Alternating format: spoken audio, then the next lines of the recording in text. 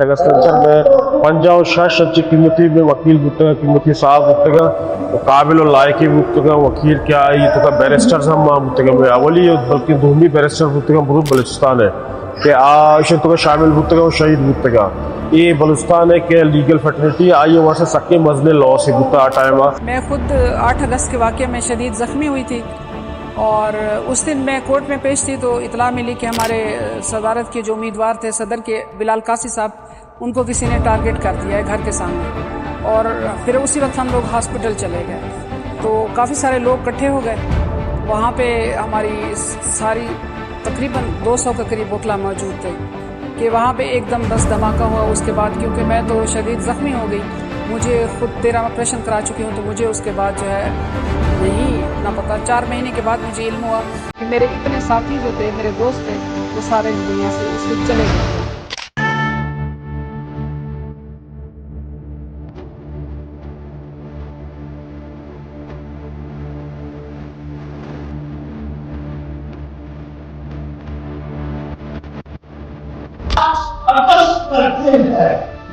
I'm Sakra 70, 57. आज हम इजलास बना रहे हैं, ताकि इजलास बना रहे हैं और इस पूरे का शहर में हाई कोर्ट की बिल्डिंग में काम कर रहे हैं। अदालत बैठ के काम कर रहे हैं। खुदा की कसम, खुदा की कसम, तो बहुत बड़ा बुजुर्ग बात है। उसकी कसम, उसकी कसम, दाऊद के बुजुर्ग बर्तन की कसम। आज मैं उन बड़ा वजीरात में कोई मामूली की वजीरात होता इस वक्त के रातों उठाते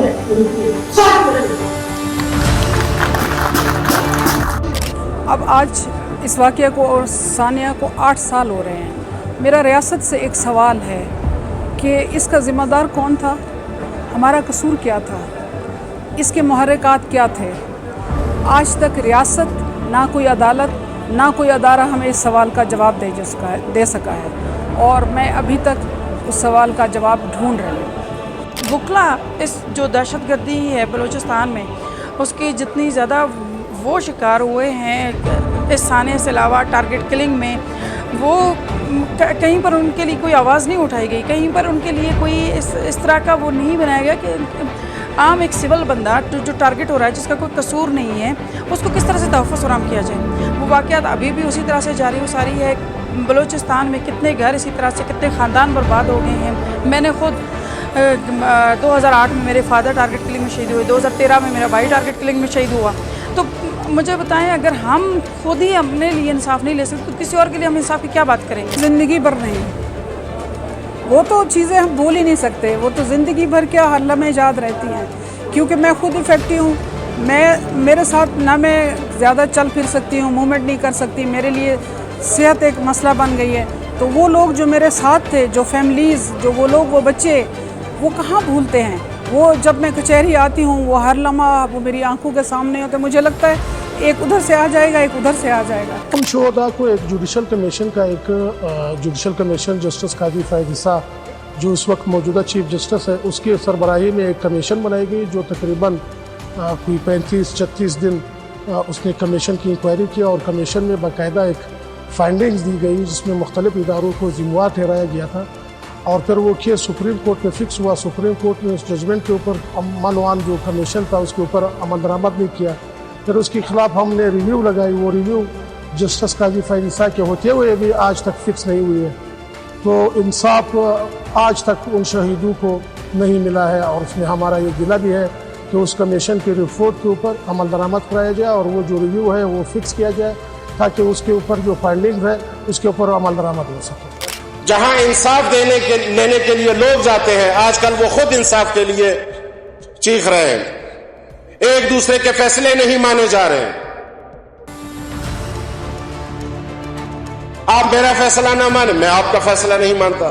बोरान पे बोरान खड़े किए जा रहे हैं। खुदा को माने, आपने अल्लाह को जान देनी है। जितने भी इदारे हैं, एक चीज में गोशगुजार करना चाहूं कि हमारे जितने भी स्टेक होल्डर्स हैं, जितने भी इदारे हैं, आपका हर अमल जो है उसका रिएक्शन हमें सहना पड़ता है। आपके हर अमल के असरात हम पे पड़ते हैं। लिहाजा ना हम चुप बैठ सकते हैं, ना हम अपने बच्चों का मुस्तकबिल तबाह कर सकते हैं। अदालत को आपने तमाशा बना दिया, पार्लियामेंट को आपने तमाशा बना दिया, सियासत को आपने तमाशा बना दिया। ये करना क्या चाहते हो? इस मुल्क को किस तरफ ले जाना चाहते हो? हमें भी बता दो, हम भी अपने लिए सरबंदी कर ले और उस डगर पे निकल पड़े।